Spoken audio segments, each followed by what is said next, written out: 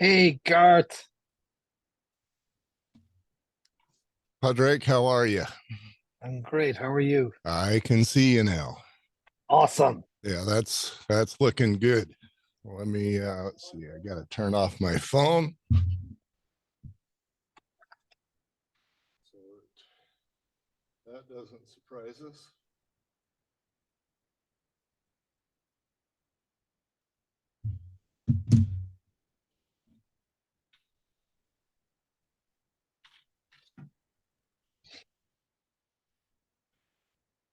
All righty. How do you say your name?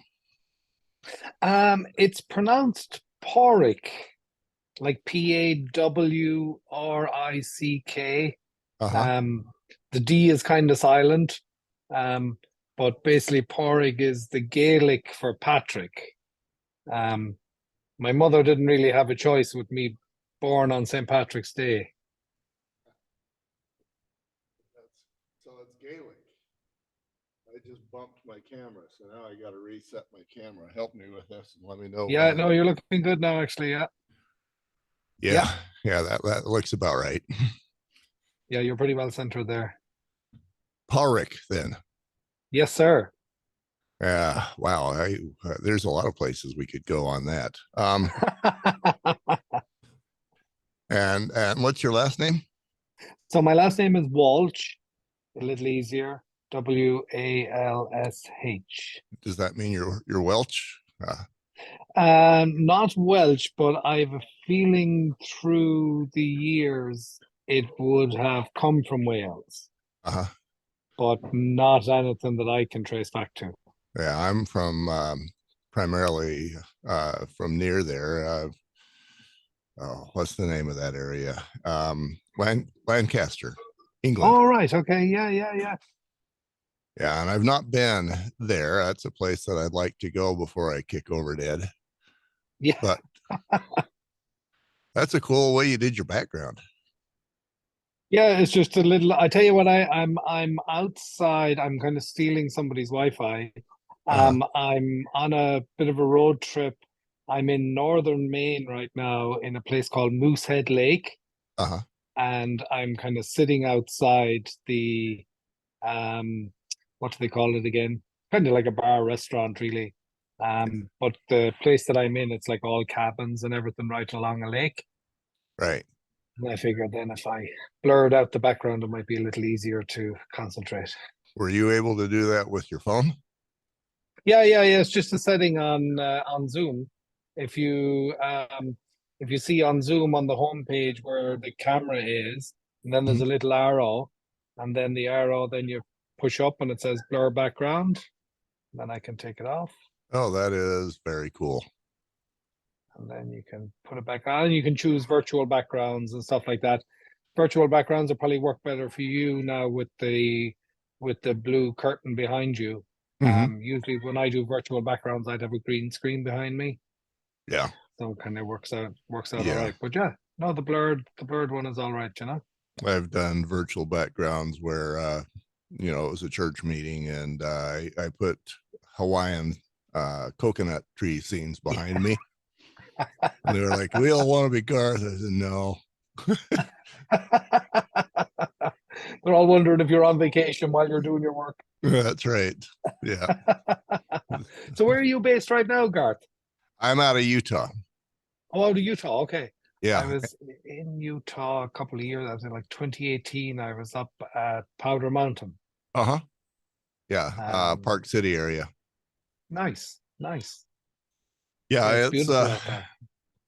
it's a totally different world up there. Utah, when I grew up, we all used to think that Utah was the grossest, driest, ugliest state ever. And they did this campaign. They called it Utah as a be Utah full state. And we all thought that was the stupidest slogan in the history of ever.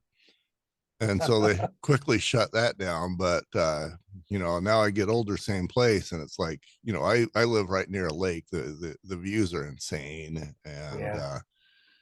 right now the colors are going, and so any canyon here is also crazy beautiful. So it's a good place to live. Where do you live normally? You said you're in Maine now. Do you live somewhere else?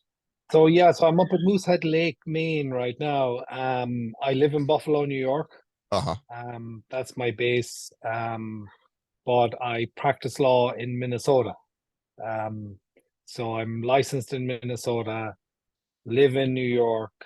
My wife has a dental practice in New York, and that's kind of so up until she retires, we essentially won't be moving. But then the pandemic kind of accelerated everything for me as far as building a practice because it meant I didn't have to be in Minnesota, which was nice. So accelerated a lot of court hearings and different meetings with judges and stuff like that to Zoom. So the only time I need to be in Minnesota right now is if something went all the way to trial. Right. And in dealing with father's rights issues and child visitation issues and stuff like that, that's kind of very rare. Usually we try and be able to work it out Okay. without having to go to trial, you know? Yeah. So Manalizing is a podcast about men and the stuff we do to ourselves. And, the idea is that if a woman's got a problem, she's got 30 girlfriends to go talk to. Mm-hmm. If a man's got an issue, he bottles it up and deals with it alone. Yep. And that is why the male suicide rate is 4 times higher than women. Mm-hmm. And I think even more tragic than that is that there's a lot of us that don't necessarily kill ourselves, but we go inside, and that relationship, or that affects relationships with the wives, with the kids, with ourselves. We become alcoholics, addicts in any number of ways, and it's just because we think that it's unmanly to express ourselves and lean on somebody. Yep. And have I got a story for you? Uh, let's let's go there. So I'll start the I'll start the recording about here, but yeah, padraic, and it's Walsh, right? Yes, sir. Yes, sir. And you are living, yeah, you're living. Tell me about just about, a little bit about you to begin with. So yeah, padraic Walsh, originally from Ireland. So grew up in Ireland, did all my up until the end of high school in Ireland. After high school, I emigrated to Chicago, the Chicago area. Um, so even going back even further, I was actually born in the state of Pennsylvania. I was about 6 months old when my parents moved back to Ireland. So I am a natural born US citizen, and but grew up in Ireland then all my life. And in the late 80s, early 90s, emigration was pretty, common. And especially I'm from Western Ireland, so like rural Ireland. Um, Grew up on a small farm, but emigration was very common where people were leaving, and even my own parents had emigrated for years. But Everybody was leaving Ireland. everybody was leaving. People were moving to the US, but a lot of people that were emigrating to the US didn't have like legal stature, green cards, or anything like that. But they all seemed to be doing pretty well for themselves. And then I was kind of like, well, if I'm a US citizen, imagine how well I could do for myself. So I finished high school. I had no interest in going to college at that time. So I was 17, packed my bags, and emigrated out to Chicago to my dad's first cousin who lived in Chicago, and she helped me get uh, basically get organized there. And like many Irish immigrants, went into the construction industry, Okay. worked in that for a lot of years up until like 2008 with the financial crash. And that was when then I ended up going through a toxic divorce. So it was kind of like a perfect storm. But right now, I live in Buffalo, New York, and I'm licensed to practice law in the state of Minnesota. Should we start with the toxic divorce, or should we start with the your motivations to practice law? I guess they're related. They are kind of related, but knowing what your show does, I maybe might start at the whole immigration point. Let's do it. Um, so I ended up, like I'm going to go all out here. I so when I was growing up in Ireland, um, I think I was about 7 years old, and something happened, and it was something very trivial. But kids being kids, they felt they heard something that was never said. It was kind of like, so I was running with a friend of mine, something was said, there was a window open into a classroom. Kids inside the classroom thought they heard something. But from that point onwards, I ended up being bullied a lot at school. Um, and this was like in the 80s, and AIDS was just becoming prevalent. And, the word AIDS was a bad word, and the whole lot. And then I ended up getting this nickname AIDS Oh, in nice. school as a young guy. At 7 years old. And so it was about 2 years ago. Um, I went through a psychedelic experience that basically took my hand and took me all the way back to when I was 7 years old. And it said, here's the point that you decided never to be yourself, that you weren't going to be yourself, that you were going to try and be somebody else so that other people would look at you in a way that you thought that they wanted to see. Yeah, that always Then, works well. yeah, you're damn right it does. So then my life then from 7 years old, it was always kind of like trying to be somebody else, trying to be somebody different, and trying to be in the in crowd. And then as I got into, 15, 16 years old, in Ireland, the legal drinking age is 18. But at 15, 16 years old, I was sitting in bars drinking. Um, I was the big guy.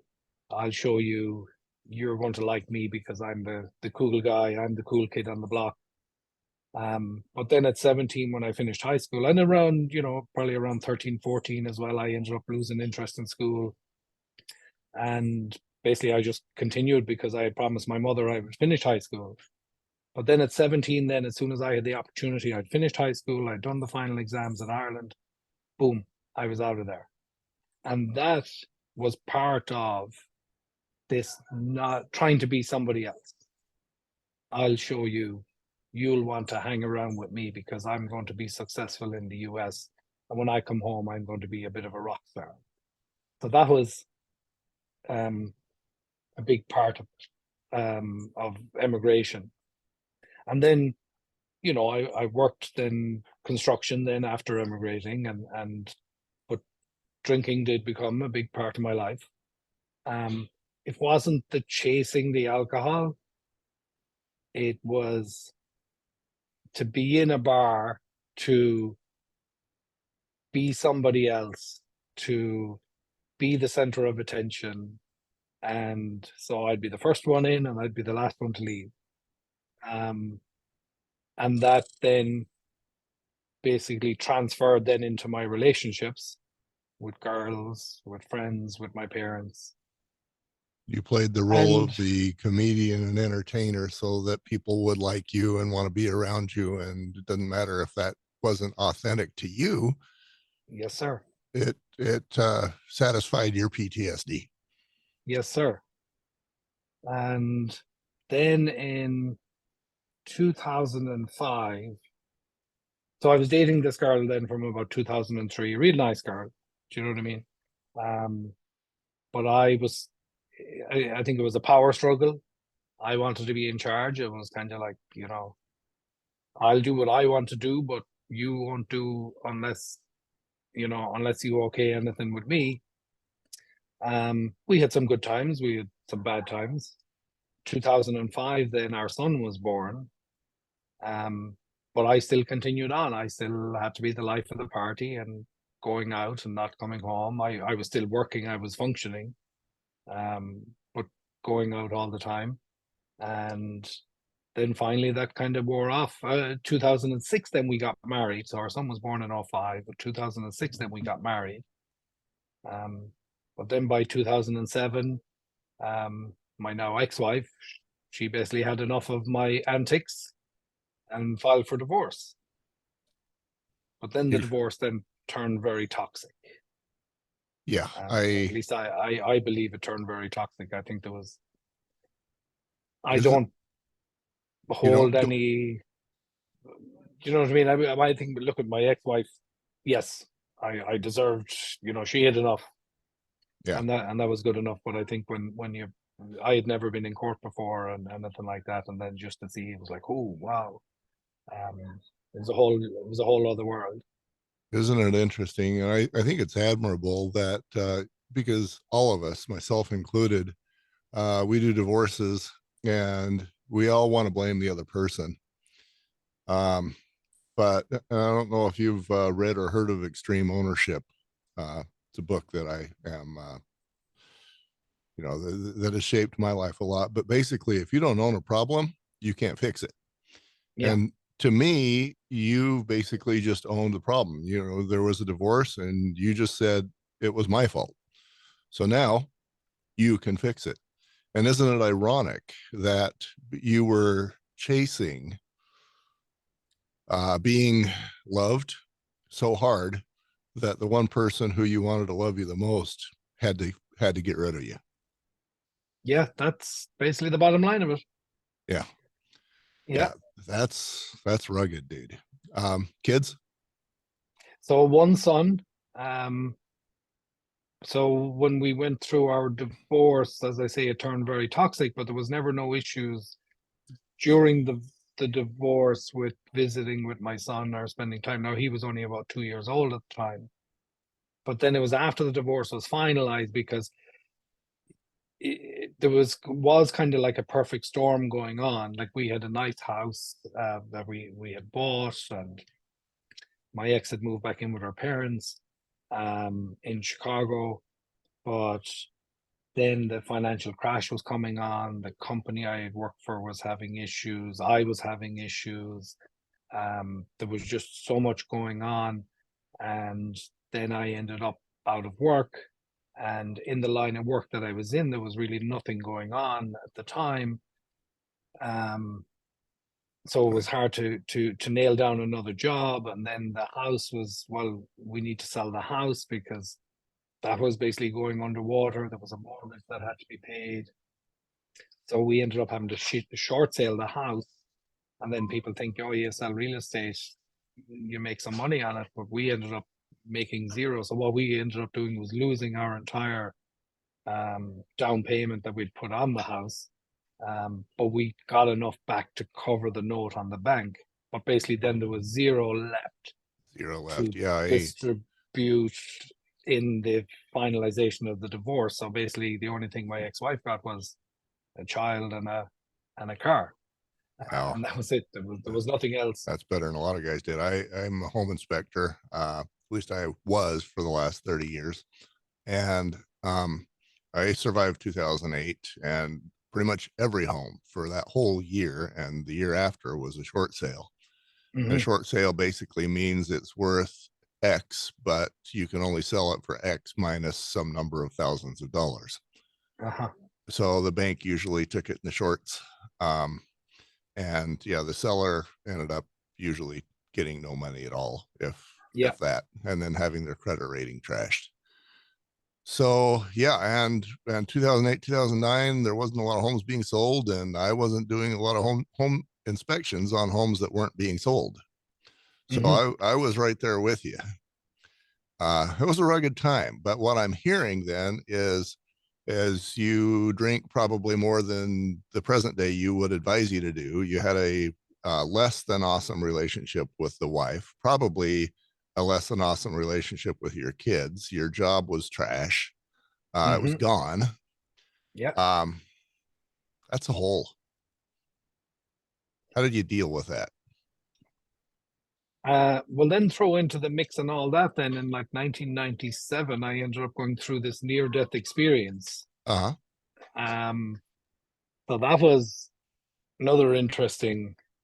So everything I believe, kind of like me sitting here right now talking to you, Right.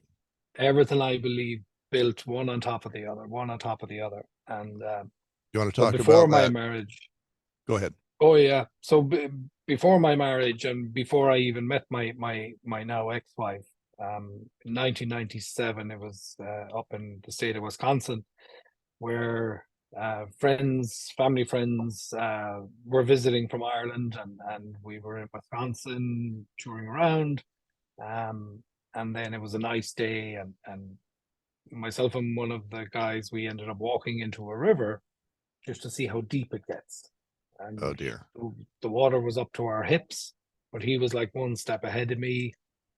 And the next thing down, it was like he just fell off a cliff where there was this undercurrent underneath. And then there was like, words of encouragement. Hey, he came back up, and hey, he's been swimming with me. And then he goes down again, and then he comes back up, and I get hold of him, and I say, come on, swim with me. And then he goes down again. And then after a struggle for a while anyway, with both of us and me trying to tow him out, and I had him at one stage out, and I thought I was far enough out to put my feet down, and the next thing, put my feet down, and the two of us just dropped like stones. And I'll never forget the peacefulness, the light, um, and it was just underwater, and I remember it as clear as day, and it was like I was never as at peace as I was at that moment. And then I remember as clear as day then this thought coming into my mind: I'm not done yet. So I ended up getting the energy to pull myself up and out. Unfortunately, my friend didn't. We found his body like a day later, but that thought stuck with me for years, like, oh, I'm not done yet. Um, so then I ended up traveling around the world then for a number of years after that. Worked in Europe, worked all over the US, worked out in Russia at one stage, Siberia, doing construction. But always at the back of my mind is like, oh, I'm not done yet. What am I here for? I'm obviously here for something if I'm not done yet. Then I bring myself then into my marriage. Um, but of course, all the time then I'm boozing heavier than, what a normal person would do. Um, went through the divorce and the toxic divorce, and it's like this thing. Well, what am I here for? Why do all these bad things keep happening to me? What am I here for? Then after my divorce, then that's when issues started arising then about me visiting my son. So then that turned into more court battles. And it's like, well, what am I here for? What am I here for? Um, why are all these things happening to me? So then I spent about 4 years in and out of court trying to gain access to my son. And I basically just ran out of money. Couldn't afford to pay attorneys or nothing anymore. And I remember walking to the sidewalk outside the court, and I totally understood what it would take to commit murder. Um, but then the thought came into my head again. It's like, no, you're here for something. And then I kind of started thinking, oh, maybe this is why I'm here. Maybe all these experiences, I was put here to experience them all personally, so that I then can move forward to help others. Because it's very difficult to help another person unless you have personally experienced the problem. And then that was the point then that I packed up everything and I returned to school. I said, I'm meant to be an attorney. I'm meant to help fathers through child visitation issues, child custody issues, child alienation issues, because I was meant to experience all that. So I don't Isn't know it if that isn't it I don't know funny? if that makes any sense. It certainly does. Isn't it ironic that life's lowest moments are our greatest teachers and guides? Yeah, Yeah, and I, much I as told you I told you I had a story for you. you do have a story. So, and I'm putting myself in your place. So you have that near death experience. You lose your buddy. You go, man, there is a reason and a purpose for me being here. And then a couple of years go by, and now you've lost your wife. Your son is has got to be hugely important to you. He's away, far more than you want him to be. I don't know if you get to see him much or at all, but he's away most of the time. Mm-hmm. Yeah, you've lost your job. The world is just kicking your trash. And then if it was me, I'd be going back, okay, I'm here for a purpose, but it sure doesn't look like it. Yeah. What did that moment feel like to you? What did you do to yourself? I think it was like finally a realization that like every time I thought I was getting ahead, like over the years, like from the minute I left Ireland, the next thing something had happened. And then I start getting on top again, and the next thing my body dropped. Then I start getting on top again. Um, then something else happens. I end up having a surgery. Then something else happens, and then it's like I lose my job. Then I get married, and I thought, okay, well now my life is, my son is born. I thought, oh, now my life is going to be complete. Then that all falls away. Then that finally one day, and I remember it very vividly, standing on the sidewalk outside the courthouse in Chicago and saying, this is why I'm here. And it was like a light bulb because I'd spent all these years after the near death experience. I'd spent all these years, well, why am I here? Chasing, like, and I traveled the world. I experienced different cultures. I was very fortunate in a lot of Mhm. ways. Um, but it was always kind of like, well, what's my purpose? What's my purpose? What's my purpose? Until that one day, that was like a light bulb, and it's like, this is your purpose. I'm sorry we had to be rough on you to put you through all this, but this was your training um, to get to the point you are today. Yeah. And I've got a question I want to ask you further down towards the end, but I think a lot of us guys, a lot of the guys that I've interviewed, in our heads. Well, let me ask you this question first. At your low moment, you're sitting in your apartment, your wife's gone, your family's gone, your job's gone, you're alone, you're surrounded by nothing, silence. Mm-hmm. And how did that feel? Um, I mean, I have been suicidal. Uh-huh. Um, I think the only thing that ever kept me from carrying it out was the thought of my mother. And it was like went back years ago when we were kids, somebody in our local community had committed suicide. And my mother is a very religious person, um, goes to church regular, but she had always kind of come back. She said it's she just felt that it was very selfish of somebody to commit suicide And it is. be- because of it's not their pain is over, but now all this other pain is on the family. Right. And And I've the way thought about suicide myself. I had a plan. mm, Um, I never went as far as the plan, but I did think about it regular. yeah. And you're right. Um, my son had a buddy that he knew that hung himself. He was former military just a couple of weeks ago. Oh, I'm sorry. And so my son was in obviously great distress, and that was the second in a couple of weeks of people he knows. He must know a lot of people. I've never met anybody that I know very personally that's committed suicide, but he has probably had 15 in his life. Mm-hmm. um that guy owned a very successful shop. It wasn't money. So whatever that guy's issues were, and he was former military, so he may have had some PTSD, but Mm-hmm. it to see my son suffer the way he had, I think, if you believe in an afterlife, I think that's part of what hell is watching the pain that you've caused to people who loved you and who would Mm-hmm. have been there for you if you would have allowed it. Mm-hmm. Uh, that would be hell to me. Mm-hmm. So, selfish, yes. Is there another answer? I guess that's why we have this podcast, right? Yeah, but that's the hope anyway. Um, so I had kind of come from a position of in my own head.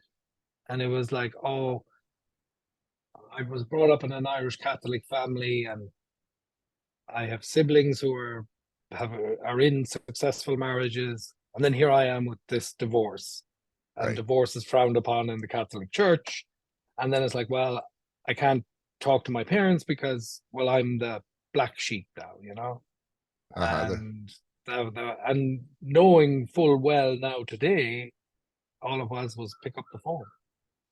Yeah, they may not have approved, but I'm going to guess that they probably would have still loved you. And, you Oh, may, all I had to do was pick up the phone, but it was in my own head, uh-huh, going through the conversation, like, oh, they'll say, oh, well, it's your fault, it's your this, your that. But that was only in my own head.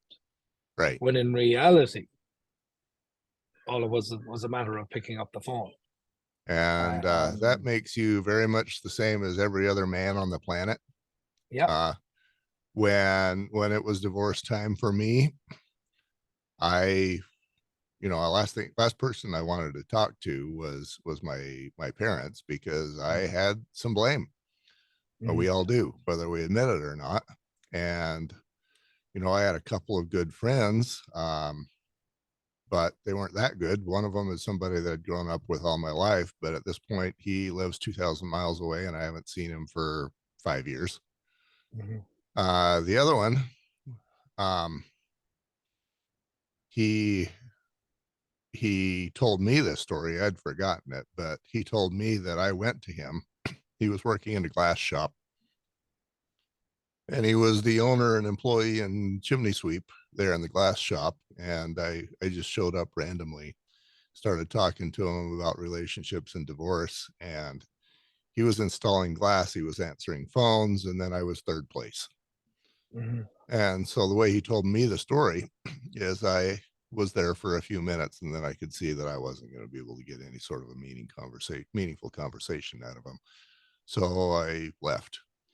And those were my choices for friends to talk to about this divorce. Mm-hmm. Um, didn't work out very well. We don't give ourselves a lot of options where it comes to people that we can lean on, Yeah.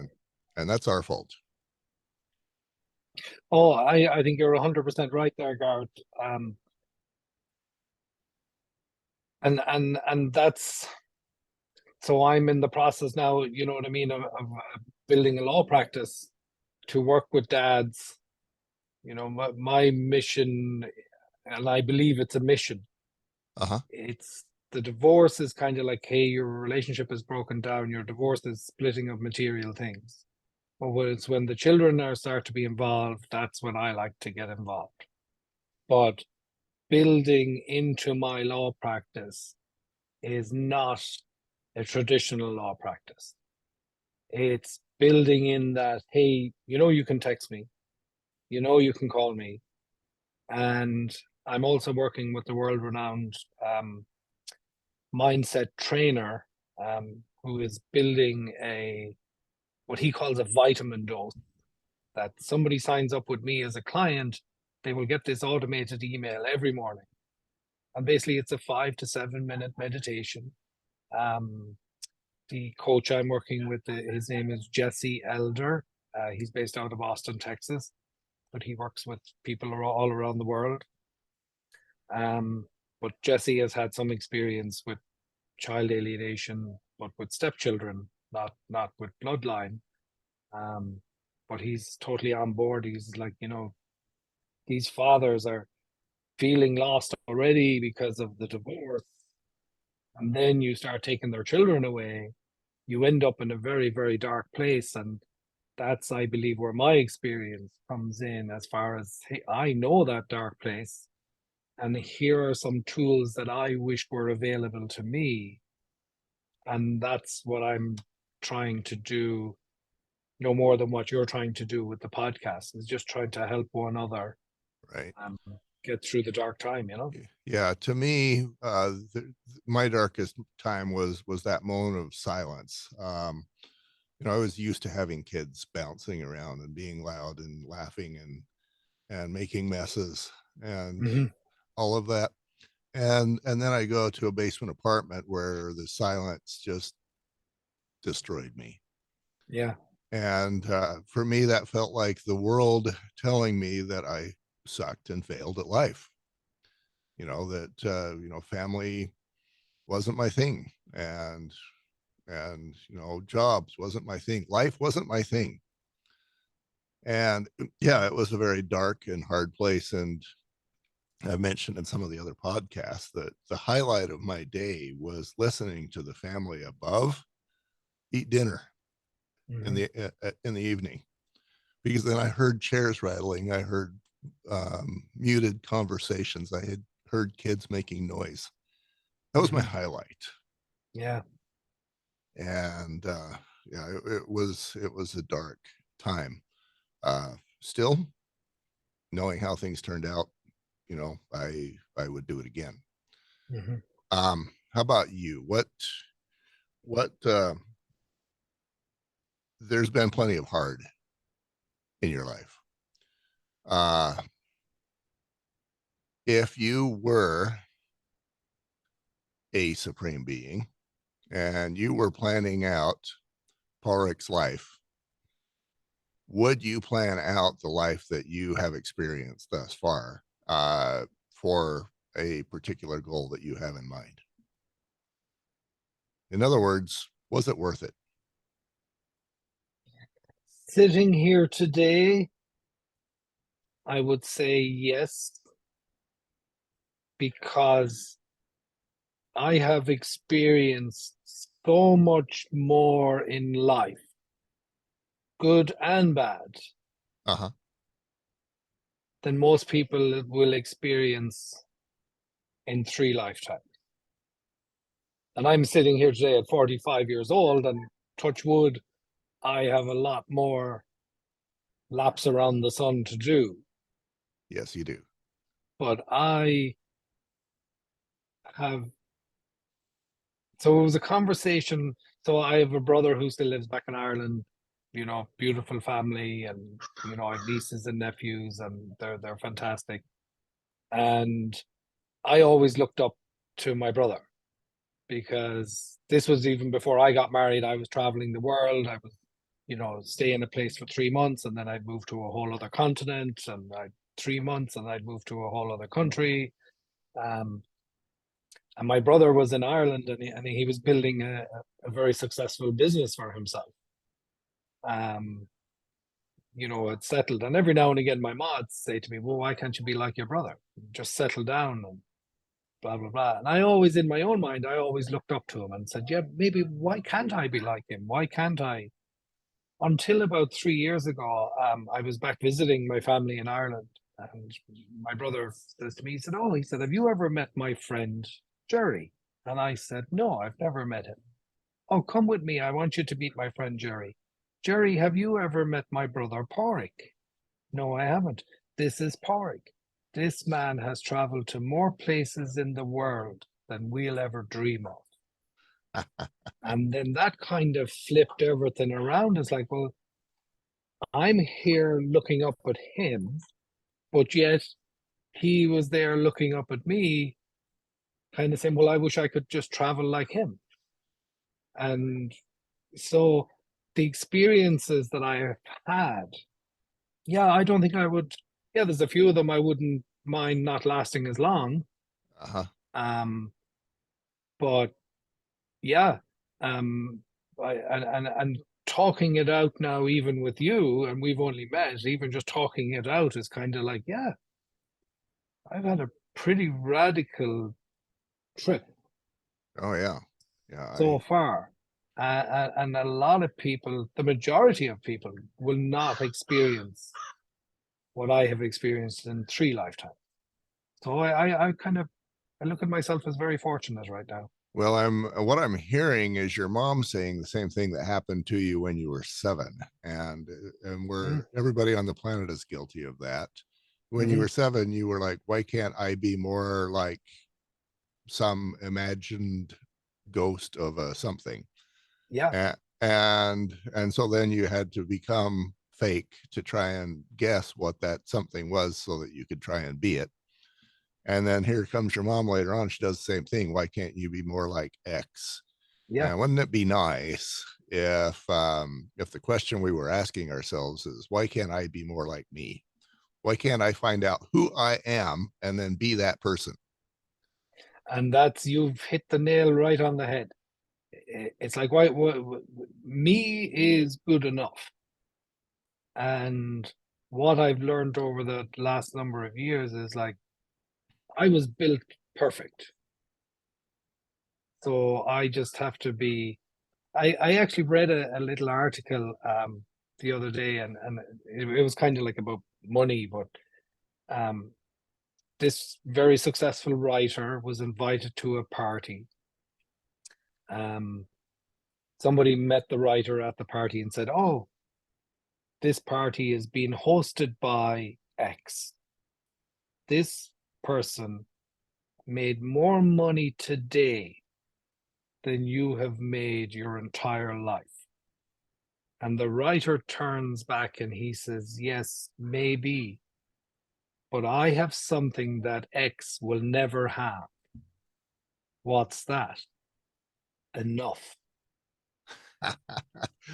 That is excellent. Yeah, I know some people who are exactly that way. One of them uh, doesn't make as much money as this person you're talking about, but long ago they were making 190,000 a month, Mm-hmm. and they've probably doubled or tripled that since then. And they're still going on the same system because apparently, reaching a certain level and a certain MLM once, twice, three times, not enough. And Mm-hmm. that is awesome. At what And point I do think you? that's why, I think that even like, take money out of the equation, I think it's kind of like, well, you need to sit down with yourself and say, well, I am enough. And that's probably I, the root. Even you if I know, make 3 billion a month, I'm still not enough. So I still have to go try and create something outside myself to try and make me feel like I'm more enough when yeah, it was never that. when it was never that. Yeah, it's just like, well, I, as a human being, I am enough. Yeah. And I'm just part of this greater universe that we live in, and just basically do no harm to others, and try and help where we can. Yeah. Then I'm enough.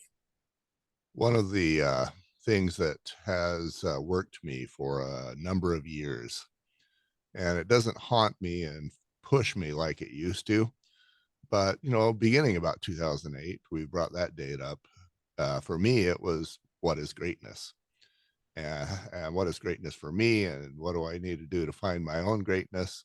I started on what is greatness, and I'm like, well, is it being super rich? No, there's a lot of people who are super rich who I would not want to be that person. Is it being a drummer in a band, and having, you know, drugs, sex, and rock and roll? And that's not greatness. That's those are lifestyles that I don't necessarily want. Politician, yeah, no. Um, and so you go through the list, and what I came to realize is that regardless of your profession doesn't matter. Greatness is who you are. Mhm. And it took me a lot of years to realize it was service. And I was unhappy with that answer because I'm like, how much service? Service to who? How often? When? And and so what I've kind of sort of landed on is service is learning who I am, finding out what gifts I've got, developing, using, and marketing them. Mhm. Uh, and I think that's how we'll respond to our maker as well. Is did you use the gifts I gave you? Yep. Yeah. And I do, So I do believe in that part as well. And I do have a gift of being a very good storyteller. uh-huh. And that's the biggest part of being a lawyer. How well can you tell the story? How well can you tell somebody else's story? Uh-huh. And so these are my gifts that I am really only now at 45 years old. I'm only discovering them now. I knew they were always there, but it was kind of like, well, how do they work together? And I always had empathy for other people as well, and that, you know, that's part of my upbringing. And um, but now it's kind of like, well, how do you use it all together? And I'm very happy about where I am today because they all work together very well, and I'm helping other people. Yeah. Um, I'm going to say that you have enough. You know who you are. Is that a fair statement? yes, today, right now, I have enough. I am enough, That's awesome. and that's basically it. It's I am enough, Yes. and now it's to help another person find out that they are enough. And you know what is interesting? What I have found, and I can't. I feel like I know who I am and I'm comfortable in who I am. And that's not because of anything I did. It's because I married the right woman and she taught me how to be a man. Mhm. The second time. Yeah, well, I'm of the second time as well. Yeah, I'm very fortunate. And then what I found is, I heard the quote about you are the five people you hang around the most. And I thought, well, I need to work on five people because I don't really even have five people, let alone hang around the most. So I started inviting people who I thought were awesome into my circle just to hang out with us. And these were awesome people. And what I found is we created a group, and these people who I thought were definitely above me, they took great value in being a part of that group, and would kill themselves to make sure that when there was an event they were there. And it just blew me away because I was like, Mhm. if these awesome people are, I'm going to say lonely, that might not be the right word, but if they need this group that much, then there's some problems out there. There's a problem. Everybody must be lonely. Mhm. Everybody must be searching for somebody, support, Yeah, assistance. Yeah. So you're, it sounds like you feel like the reason why you're enough, why you know who you are, is because you are giving legal help to these guys who, and then you're doing it in your own authentic way, in a way that could not be found for any amount of money from another source. that's what I believe. Because it's not. So when I went to law school, I was a non-traditional student, and people a lot younger than me were, they were going through law school, and now I've graduated about 4 years, and I see some of my people who I went to school with, and they're running advertisements like, oh, he did $3 million in personal injury claims this past year. Call this guy and call this girl. They've done so many millions of compensation, Mm-hmm. and I'm here like right now. I don't think I've made $200 practicing law. Uh-huh. Um, but I do believe I've helped a lot more people than what Yeah. my classmates have done. They're chasing money. And I always found, like, you know what I mean? Again, when you have that little bit of life experience, money always seems to run faster than me. Well, Um, and that's, I've heard that a number of times. If you're chasing money, you'll be chasing it. yeah. If you're chasing, some good goal, money is the result. It's not the Yes. product, it's the result. Yes. Happens. It just happens. So But for those the guys are, first time in my life, I'm not doing something for a dollar amount. And then especially the clientele that I am niching in to work with, the fathers, predominantly fathers, sometimes it happens mothers, but predominantly fathers. Um, it's not just to help them in the legal sense. It's also to be there on, I have one or two clients now that, Sunday night they call me and they're like, it's tomorrow morning, it's whatever's going on the next day, and I just don't know. And I'm like, hey, listen, you can do it. You just go to bed, listen to your podcast that I sent you, get a good night's rest, get up in the morning, things will be okay. And then the next afternoon they text me and they're like, you're right, things were okay. But it was nothing to do with their case. It was to do with going to collect their kids at lunchtime or something, but nothing to do with the legal case that I was working on. And that's where I'm kind of like a non-traditional Right. family law attorney. Well, that's got to be a great service, because anybody who's going through a divorce on either side, it is great trauma.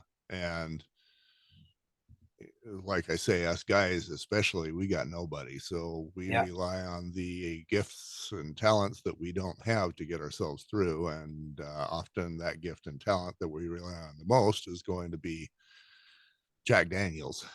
Yeah. Yeah. So, um, who are you? And now that we've established that you are enough, you've learned who you are, who are you? Um, I'm padraic Walsh. I'm the legal dad. The legal dad. That's who And I am. the way you say that, you know what that means. Yeah. And it's funny, because I'm thinking now your mom is probably going to your brother, who's probably still in the construction industry. Why can't you be more like Porrick? He's living in America. He's a lawyer. He's this, he's that. I do have to say my mother is very proud of me now. And it's not, do you know what I mean? It wasn't something I was chasing, but I do overhear her sometimes when I'm on vacation. Oh, that's my son over there. He's an attorney in the US. Yeah. Which And it does give me a little bit of, yes, I satisfaction. a little bit of satisfaction there, but it's not what I'm chasing anymore. Uh-huh. And that's Because because you're not chasing. and it's because I am enough. And it's Yes. like whatever. So there's a friend of mine who I work with from time to time. Great lady, but I don't know how we are with language on your podcast, but she has, you can bleep it out. So I'll just give you a fair warning. But she has a bucket list, and and I read it one day, and she's like, "Fuck it to the people who don't think I'm enough. Fuck Uh-huh. it to the people who look down on me. And that's basically what she has, and a full list, and it was really well done. You But know, she has this, what's kosher on this show? Anything that's authentic. yeah, And that's the only rule I've got. That's awesome. And that's the answer to the conditions that you grew up in, and that most of the rest of us grow up in. yeah.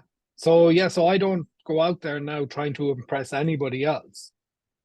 Um, I'm here now to genuinely help others Uh-huh. get through this pothole in life that they find themselves in. And I can do that through legal help. But I'm not here to impress my peers who I went to law school with. I'm not here to impress family or relatives or old friends from Ireland. I'm not here to impress anybody anymore. I And know what I'm here for. that is why you are now impressive. I also wanted to emphasize, you used the word pothole. Yeah. When I went through my divorce, it felt more like a moon crater, or it felt more like a cave. Oh, I thought the world was ending. Uh-huh. That's really what I thought. But now when I look back on it,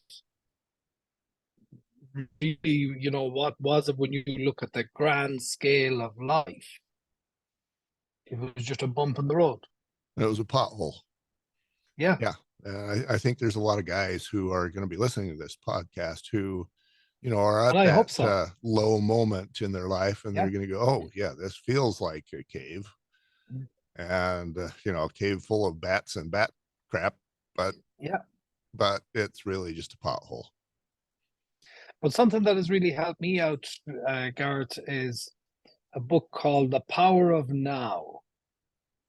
Uh-huh. And it's like you're in your mind and you're thinking, like when I was going through my divorce, it's like, oh my God, what now? And the letters are coming in the door, and the emails weren't as prevalent as they are today. But it was like, oh, what next? And you're in your mind, and then you're thinking back in the past, and then you're trying to project into the future, and oh, it'll be better then. But really, if you just settle down and think about now, right now, everything is okay. Right now. Uh-huh. That's awesome. And shut off the thinking, because your mind is only playing tricks on you. It's like, you can feel your feet. Like if you sit back and actually just feel your feet. Okay, well, this is right now. I'm in right now. Uh-huh. And it really does help if you make a conscious effort to like hear what you're thinking and hear what you're projecting. Be a bystander to your own thoughts, because your thoughts are what's fucking killing you.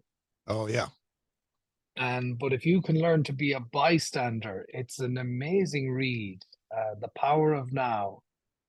And every now and again, I'll just, you'll get frustrated doing something. You're trying to put a screw into a little hole, and you're and then if you just sit back and I can feel my feet. Oh, I can feel no, I'm in now. I remember And it's taking my amazing. my daughter out. She was probably 18 months old, and she'd learned how to walk enough that she could walk across the grass, and I was going to take her for a little walk. And in my mind, I was like, okay, we're going to go around a small block, or we'll walk across the street to the neighbors or whatever.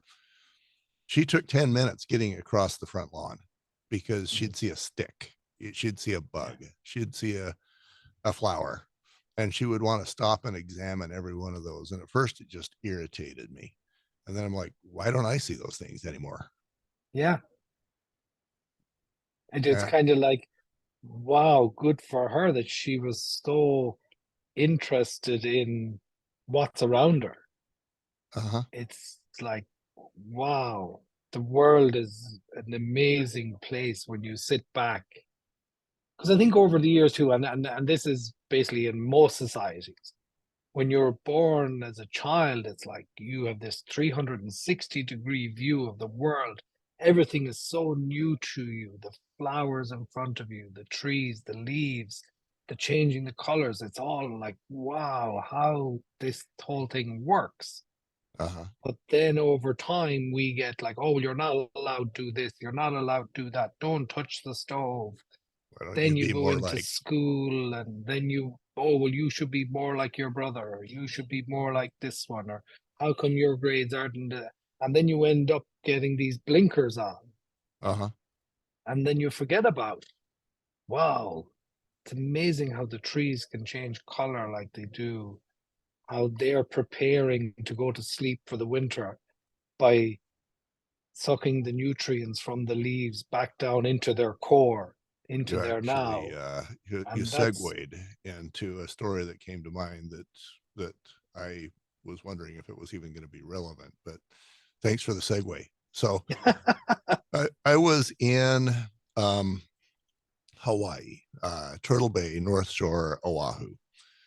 And there was a dude I was talking to. He was handing out towels near the pool. Polynesian dude. I talked to him a little bit. Turns out that he had come and played football at a local junior college that was not too far away from where I lived here. And so I talked to him and I said, well, how do you like your job? And I thought, man, you're the towel hander outer. It doesn't get much lower than that. He goes, oh, I love my job. I get to sit and watch this Hawaiian sunset. He didn't say Hawaiian sunset. He said sunset, but he got to watch that Hawaiian sunset every night. And I thought, dude, you're an idiot. You're making nothing. And all you get out of life is this sunset. And then my next thought is, dude, I'm an idiot yeah. because I wasn't even noticing that sunset at the moment, Yeah. and I'd And paid a lot of money to be there. it's right in front of you. Yeah. Yeah. But I think that's what happened as we get conditioned with you have to chase money, you have to be successful. Like, what is successful? So that man's success was, I'm getting paid to watch the sunset. Uh-huh. Yeah, when you put it that Um, way, who doesn't want that job? you know, so but what is successful? Yeah, and what is It's up to greatness? me. It's up to me what my success will looks like. And I'm going to reach out and say that a person's not going to be successful till you know what being successful means to you.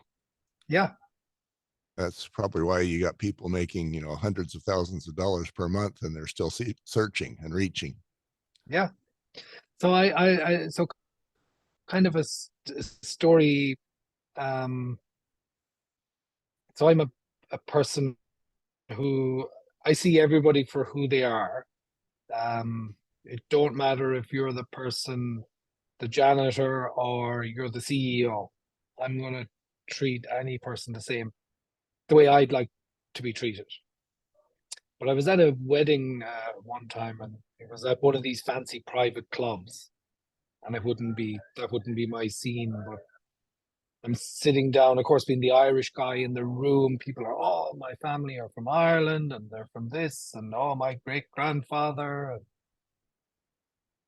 But we were sitting at a table, but the bartender kept leaving his post and bringing a drink and leaving it in front of me. And I'm sitting with five or six other people, very successful people. I'll use air quotes. Um, very wealthy people, and they're like, well, "What's going on here? How come you're getting table service? Are you a member here?" And I'm like, "No, I'm not a member here." And they're like, "Well, we're members here, but yet we have to get up to get our drinks. Right. Why are you getting table service?" And I'm like, "Well, did you speak to the bartender when you came in? Did you tip the bartender before the day started?" And they're like, "No." And I'm like, "That's the first thing I did. I went to the bartender and I said, 'Hey, where's your tip jar?' And he's like, 'Well, we're not allowed one because it's a private club.' I slipped him some money. And from that point on, the bartender and I were on the same level and the same vibration. And then all these people with all this money, they missed the human Connection. connection with that person."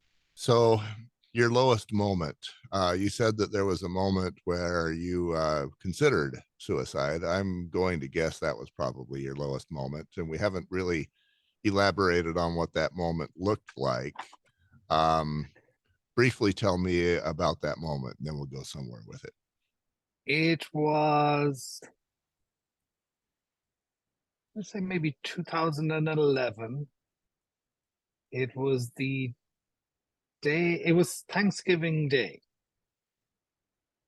And I was out on the Wednesday night and had a good rip for myself.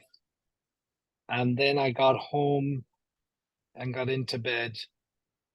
And then I woke up the next day, of course, feeling terrible. But then I was thinking about all the people I was out with the night before. They all had families to go and have dinner with. They all had places to go. And I had zero. I was in my apartment alone, feeling sick, not up, feeling happy with family or friends or anything like that. And it was yeah, it got, it was Dark. kind of like, well, do I go to the grocery store? The fridge was empty. Yeah, it was that kind of feeling like, well, why do I have to be alone? I'm a nice guy.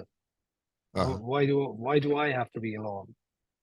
And yet all these people, and they're all out with me the night before, and they're all great, and everybody's great, and everybody's happy. But not one person invited me to their house. And I'm thinking like, well, why wouldn't they invite me? I would have invited them Uh-huh. if they were alone. Um, but it kind of, to me now, like that was a very low point. Okay. Uh, and to me now today, it's they didn't know my experience. So that's my next question actually, is why was that lowest moment a gift and a blessing to you? What did it do for you? It um yeah, again, it made me think about, and this was before I read a good bit about like experiences. Uh-huh. Um, like life doesn't just happen. Life is all about experiences. Life is about decisions. And but it began to open my eyes to, yeah, all these people are really nice to me and really nice to me, but they don't know how I feel because one, I haven't told them. I'm the good time Charlie, a good time to be around. Um, but even if I told them, they still wouldn't understand because they haven't been personally through it. Right. They haven't been through a divorce. They haven't been away from their children. So even if I told them how I'd feel, they might nod their head and say, yes, yes, yes. But would they truly understand? Absolutely not. I don't No. believe so, And unless they had personally experienced it. So that kind of brought around experience. Like, what does experience mean? And that's was the kind of the start of, and that was also around the time I made the decision to go back to school because I was also in that thought line of I totally understood what it would take to commit murder. mhm. I totally understood, like you read the stories in the paper where a dad or a husband has um basically offed their soon to be ex-wife or whatever. Totally understood it. Uh-huh. And that frightened the shit out of me. And then I thought, well, the other way then was to just check out myself on my terms. But Yeah. that And loneliness, lonely, oh boy, that's loneliness was the main thing I remember from it. yeah, Never been as lonely. been there. Been there very much, and I have to say that I have not directly been in a place where I was like, man, it'd be nice to shoot the ex-wife. But there were 100 times during the marriage where I thought, man, wouldn't it be nice if she just died? Oh yeah, no, I totally understood what it would take for somebody to commit murder. Uh-huh. And Yeah. that's crazy. Like, you know, it's it's just crazy to think of. Because I'm the one that, like, a little fly or a bee or something gets into my house. I'm the one that tries to help it back outside. I'm Uh-huh. not the one with the, trying to whack it. Oh yeah. Yeah, I'm the Um, dude with the fly swatter. yeah, yeah. They one of those zap it guns. What are those things called? They shoot salt. That's entertainment for me. Yeah, You're yeah, yeah, yeah. you're a nicer guy than I am. But then but you know what I mean? Like when you think like that, it's kind of like, well, I don't want to hurt this fly and I want to let it out. But yet, I totally understood what it would take to kill somebody. Right. Yeah, And that and that's frightened me. That when really you frightened me. yeah, that as it should, I'm sure. That's when you realize that it's time to take a look at yourself and do what you need to do. And it sounds like you did. Um, Yeah, now I'm going to ask about what that secret sauce is. You did what you needed to do. I mean, you had the option of just blaming everything on the ex-wife or blaming everything on mom or whatever, but you didn't. Um, what's the secret? How did you do it? I was very fortunate to meet the right people at the right time. Um, I'm dating basically the love of my life for the last 14 years. And she found me in like I was a mess Hmm. when she met me. But she's like, listen, we just take it one step at a time. I'll help. I mean it. I'm genuinely here to help. We'll get through it. So that was part of it, was to have somebody else that you could count on. Because I had got to the stage where I could count on nobody. Or at least I believed in my crazy mind that That's because you're a man. it was me and it had to be me. But I did let my guard down, and so I was very fortunate that way. Then I met a number of, I mentioned him earlier, Jesse Elder. I met him a number of years ago, and that was um, meant to be. Um, we were at an event actually in New Orleans, and it was crazy, like how the universe provides when you need it. Um, and I had been looking for somebody to work with Uh-huh.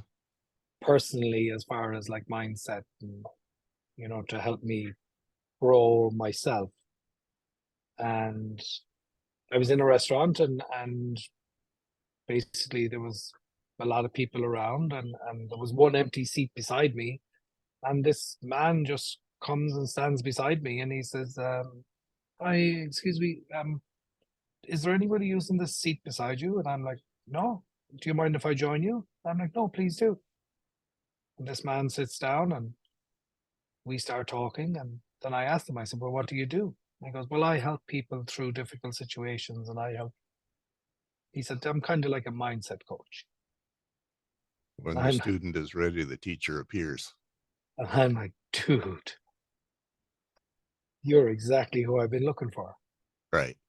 And we have become really good friends ever since. And that, yeah, definitely people. And I think it's kind of back to what you were saying, Gareth, about surrounding yourself with people, and how you surrounded yourself with a group of people. Um, but you definitely have to let your guard down and kind of ask for help. Hey, I need help. And you will find the people that are there to genuinely help, that they're not there for an ulterior motive. That was the Uh-huh. one thing I thought a lot about too. I'm like, well, if I ask this person for help, they're going to want something else. They're going to want something from me, and that was a lie.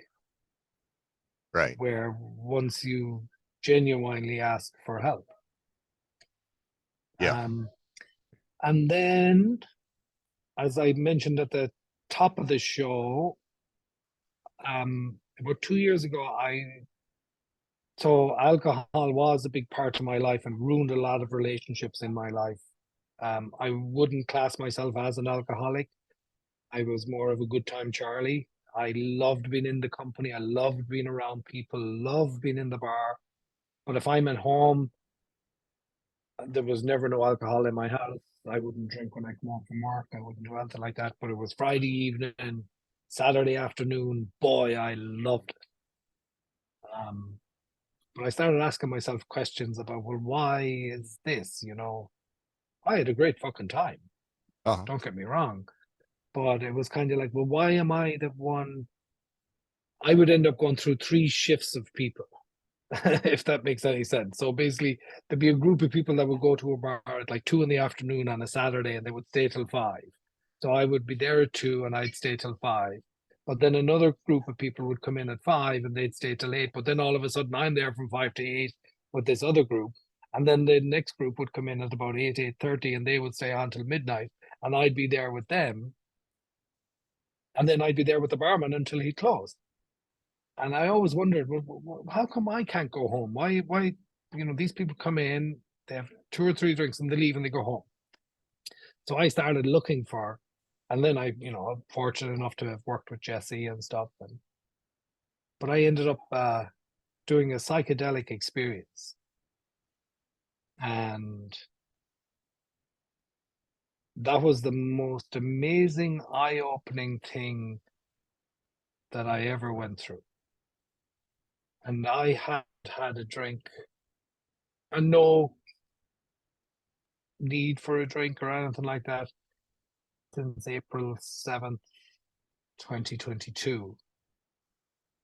But it was this psychedelic experience that took my hand all the way back to I was 7 years old and said, this was the day that you changed. This was the day that you decided you would not be you. And then it brought me forward and showed me, said, here are the relationship. This girl loves you. This, it wasn't you that ruined the relationship. It was your relationship with alcohol that ruined the relationship. It was you not being you. And brought me all the way to today. Well, And it that was the most amazing thing I've ever done.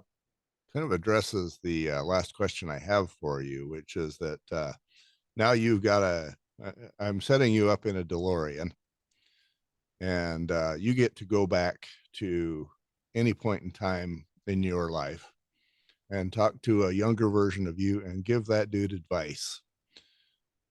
And you get a minute to talk to that dude. Which version of you are you going to go talk to, and what are you going to tell him?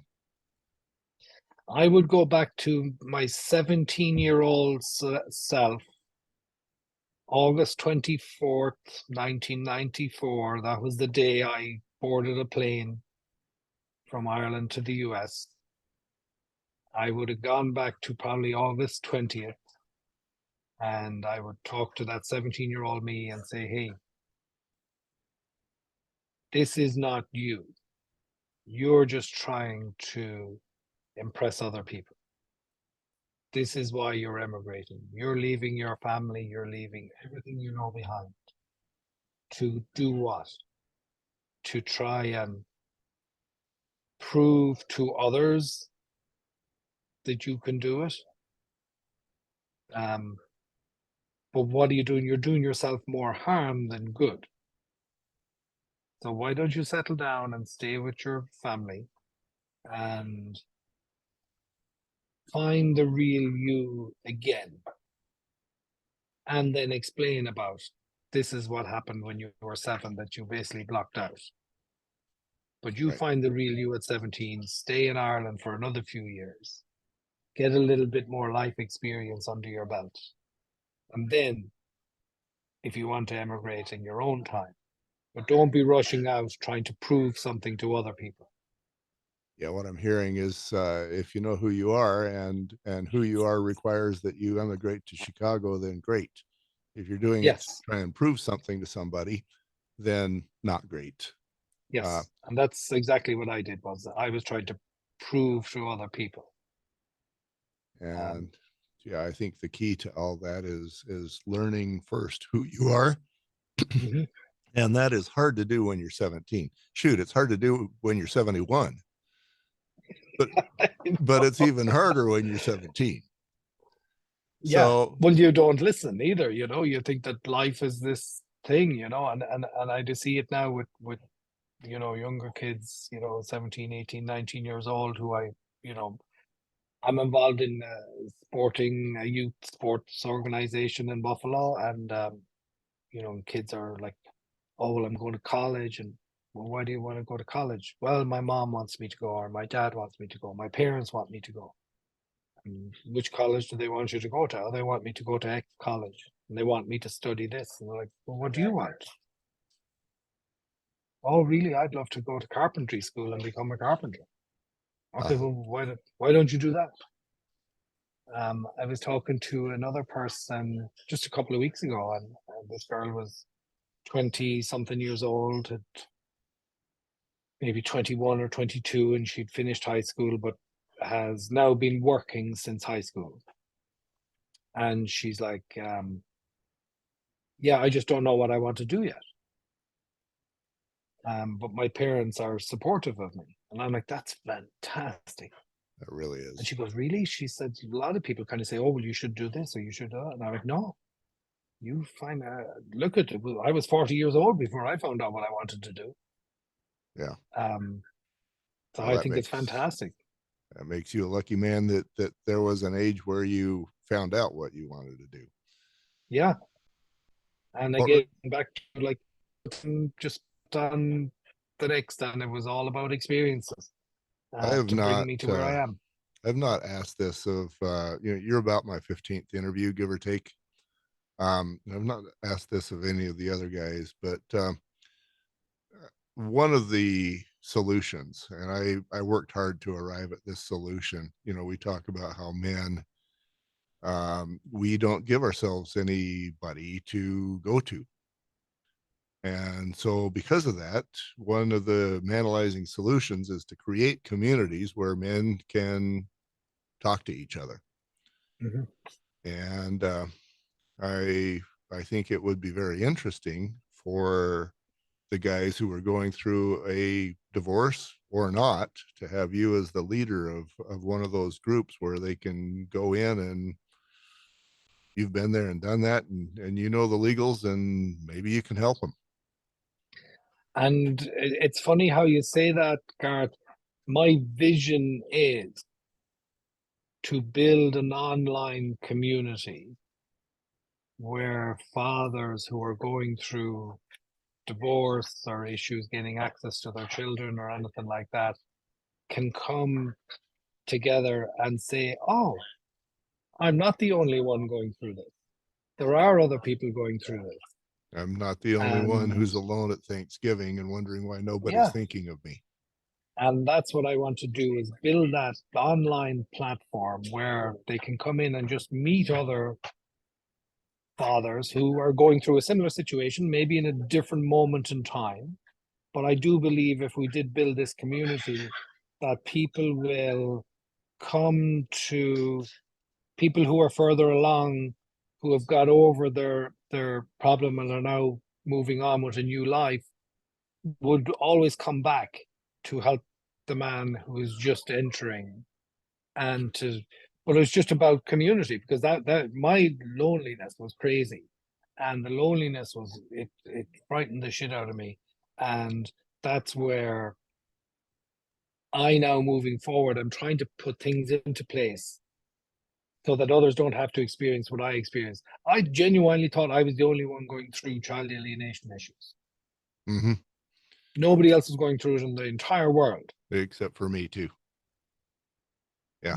when in reality there's millions of us every year. Right. But it's because, as you say, we're men. Well, you can't talk to anybody, and it's like, oh, I need to be a man. But yet, your child, your inner child, is crying its eyes out. Um, Oh, it's and that's that community that I would love to build, and then build in then legal aspects of it. Kind of like, hey, listen, we can build your story together. We can help you through this without costing you a shit ton of money. right. Well, Um, I look forward to doing that with you. The goal is to save lives, save relationships, save, yes, sir. and by saving lives, it's more than just life or death. It's saving quality of life. Absolutely, yeah. Because I mean, like at the end of the day, you know, suicide ends it all for that person, but then it just pushes it on to other people. They then have pain and issues because of it. But then the quality of life, it's like you turn to the Daniels, you turn to the boozing, you turn to other illicit drugs, trying to get rid of this pain. When really it's kind of like if we can talk to each other and help people focus. And even back to my whole, well, can you feel your feet? Yeah, Can you feel your feet right now? If you can feel your feet, everything is okay. Everything's okay right now. that's good advice. And that's kind of, but absolutely. I mean, I would love to, without a doubt, stay in contact with you and build something. We can build this a community where, even if it was just a chat room, where Well, these people realize that they're not alone. You're not the only one going through it. and I'm still new into manalizing. Like I say, you're about interview number 15 is all. We've only been going for a matter of weeks, but Mm, that is the answer, and that's one of the next things I've got to accomplish is to create the chat room. But then mhm, I what I envision is that leaders such as yourself will say, okay, this is a group for this kind of people, and we will meet this way this often, and mhm, basically just set up the conditions of the room for the kind mhm. of people, based on what they need, create those Yeah, conditions. Yeah. So I'm looking forward to working with you. And you know, I met you when everybody else met you when this interview started. That's when we all met. Yeah, no, I mean we're on the same vibration level. Um, we're genuinely here to help. And you and I are in a situation we can help greater, we can create greater good because we have already experienced Yeah. We've what a been person is through going through. the pothole that was a cave to us. Yes.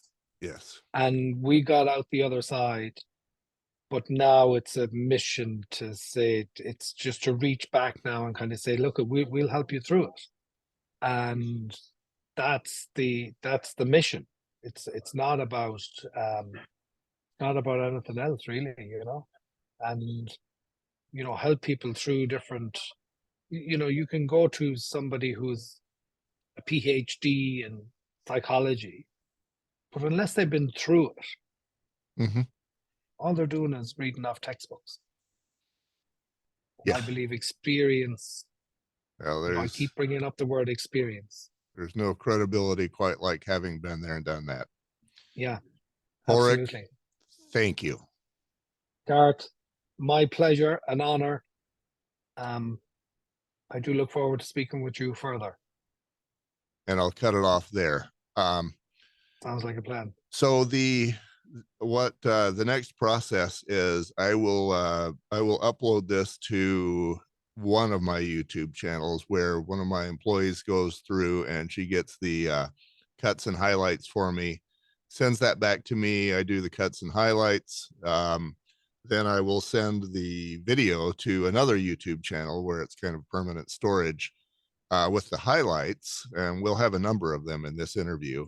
Then I will use those to market those on Instagram, and we may start using either Facebook or TikTok. I don't know. We'll see. You know, we'll see how it works. From what I'm hearing now, like even just trying to promote my own law practice now, they're saying TikTok. Yeah, They're like yeah. TikTok is the place to be. It's I guess it's easier to get followers on TikTok right now because it's growing so fast. Yeah, I've been well. I mean, I think I have like 3 followers. I've put up like 6 videos, but I think really to kind of push it, they say that um you should be trying to put up like 3 videos a day. Yeah, I'm like, fuck has got time for that. that's a lot, But and especially Instagram is such a pain in the butt. You know, yeah, Instagram I don't like. I have one, but I just don't like it. And I think probably because they took away the legal dad hashtag from me.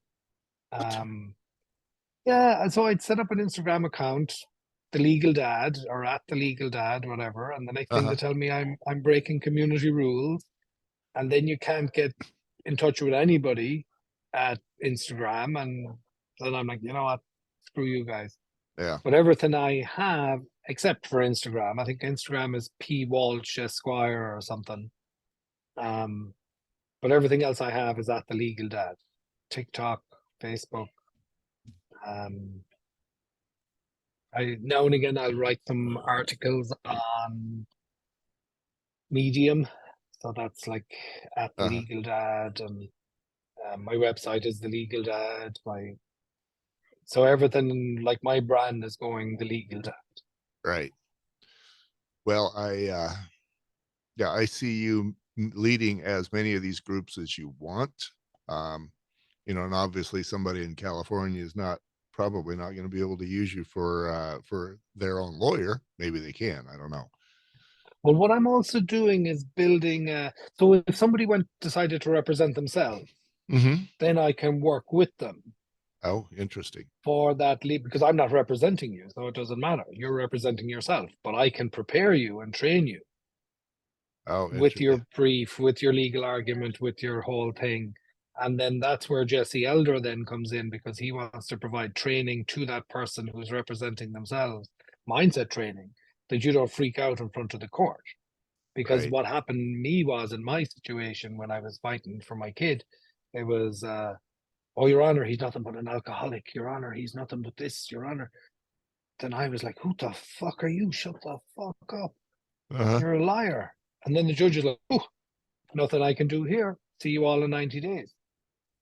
So where Jesse Elder is coming in is to help that person with that warrior mind, he calls it. Uh-huh. That when they go in front of the judge and there's an aggressive opposing counsel calling you names and calling you this, and he's a drug addict and he's an alcoholic, that you just stay and you focus.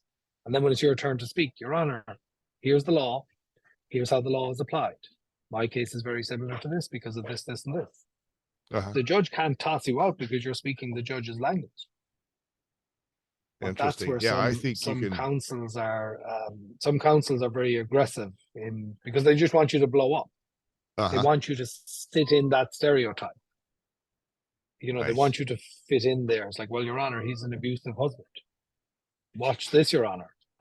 And then you lose your top. Yeah. And then And all of then a sudden, well, maybe you are an abusive husband. So that's kind of where this warrior mind is coming in.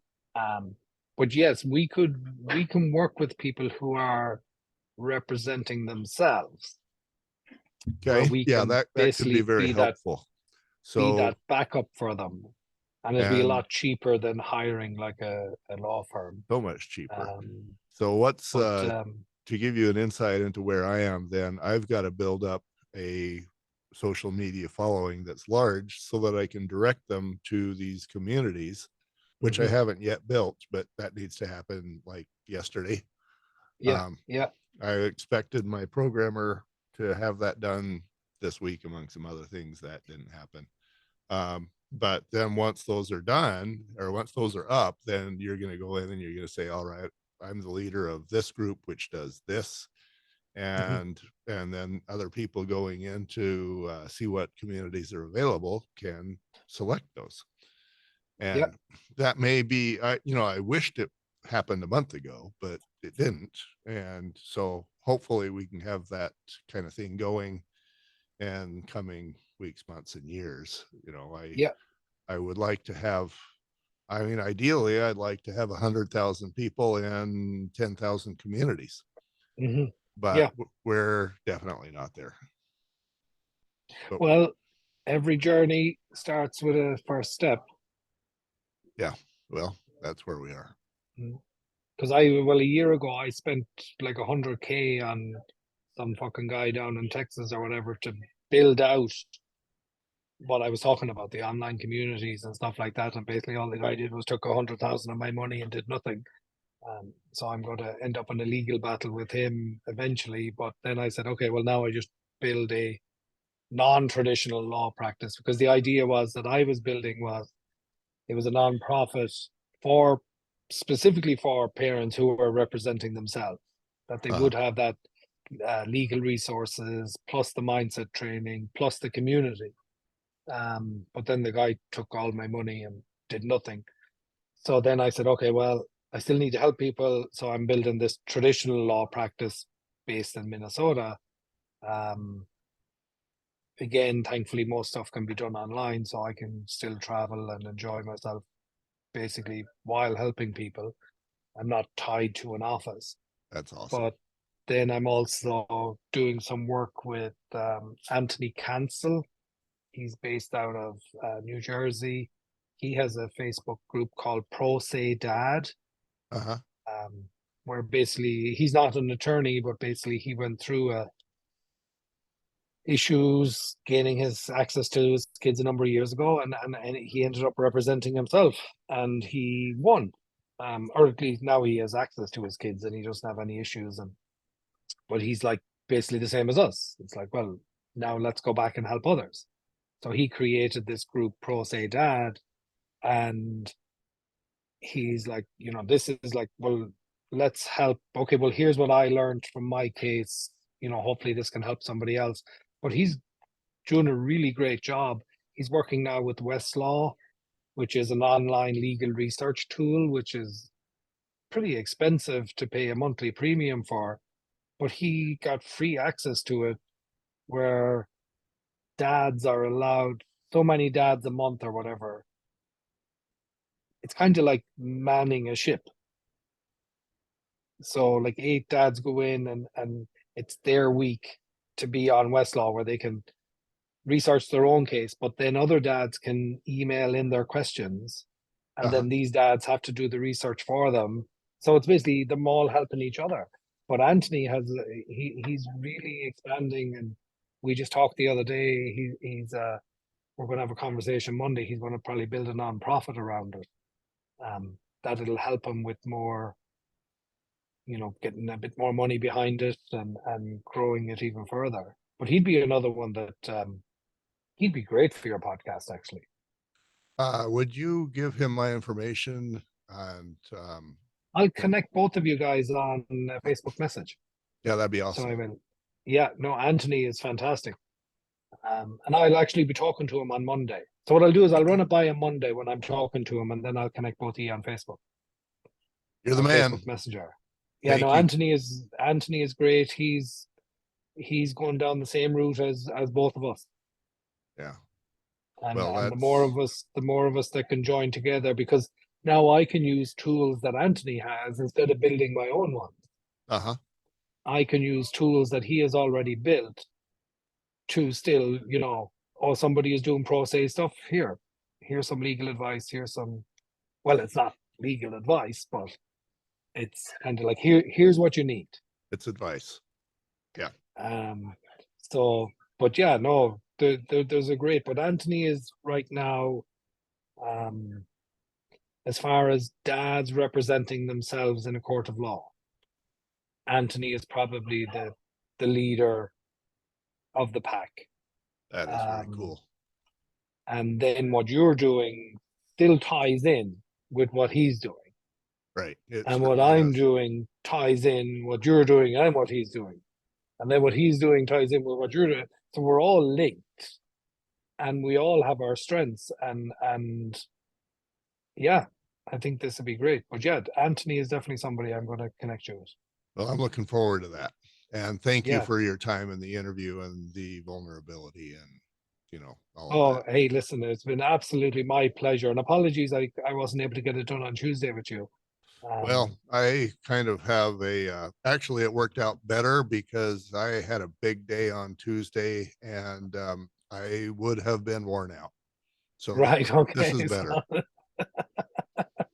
the universe was providing. It always does. Thanks, man. Hey, Garth, my pleasure, man. And I will be in touch with you Monday at the latest. Sounds connecting good. You with Anthony. All right. You have a good weekend. Same to you. Take care, man.